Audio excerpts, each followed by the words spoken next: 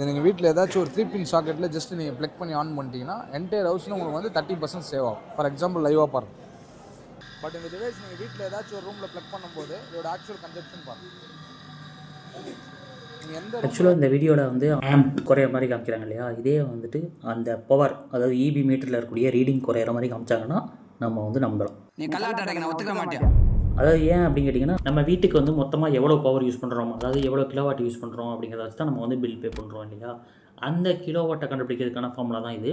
அதாவது வால்டேஜ், அதாவது நம்ம எவ்வளோ கரண்ட் யூஸ் பண்ணுறோம் அப்படிங்கிறது எல்லாருக்கும் தெரியும். அதேமாதிரி வந்து ஆர்ம்ஸ். இப்போ இந்த ரெண்டுத்துக்கும் வந்து என்ன வித்தியாசம் அப்படின்னு கேட்டிங்கன்னா, இப்போ வந்து ஒரு பைப் இருக்குன்னு வச்சுக்கோங்களேன். அந்த பைப்பில் வந்து தண்ணி போகுது.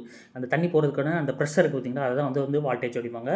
அதே வந்து அந்த தண்ணியோட ஃப்ளோ தான் வந்து பார்த்திங்கன்னா வந்து இந்த ஆம்பியர் அப்படிங்கிறது.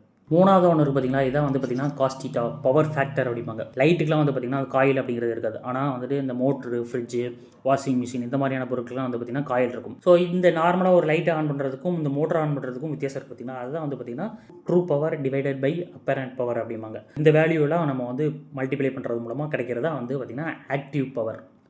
ஸோ இந்த ஆக்டிவ் பவருக்கு தான் நம்ம வந்து என்ன பண்ணுறோம்னா வந்து பில்லு வந்து பே பண்ணுறோம். இந்த மாதிரியான மிஷின் நம்ம வந்து யூஸ் பண்ணுறதுனால என்ன ஆகும் பார்த்தீங்கன்னா, ஆக்டிவ் பவர் வந்து குறையாது, ரியாக்டிவ் பவர் தான் குறையும். இந்த ரியாக்டிவ் பவர் அப்படிங்கிறது என்னென்னா, நம்ம வந்து ஒரு கடையில் வந்து காஃபி வாங்குறோம்னு வச்சுக்கோங்க. அந்த காஃபி தான் வந்து பார்த்திங்கன்னா ஆக்டிவ் பவர் அப்படின்னா, அதில் இருக்கக்கூடிய நுரை தான் வந்துட்டு ரியாக்டிவ் பவர். இந்த நுரைக்கு நம்ம வந்து பே பண்ணுவோமா, பண்ண மாட்டோம். அதான் வந்து பார்த்திங்கன்னா இந்த ரியாக்டிவ் பவர்.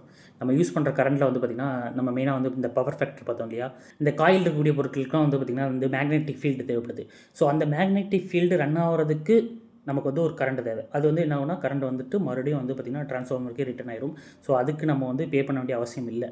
ஆனால் இந்த மாதிரியான பெரிய பெரிய இண்டஸ்ட்ரியல் கம்பெனிகளுக்குலாம் வந்து பார்த்திங்கன்னா பில்டிங் சிஸ்டமே வேறையாக இருக்கும். அதாவது ரியாக்டிவ் பவரும் வந்து அவங்க பில்லில் வந்து ஆட் ஆகும். அதனால் என்ன பண்ணுறாங்கன்னா, இந்த மாதிரியான கெப்பாசிட்டர்ஸ்லாம் யூஸ் பண்ணி அந்த ரியாக்டிவ் பவரை வந்து குறைக்கிறதுக்கான சில வழியெல்லாம் பார்ப்பாங்க.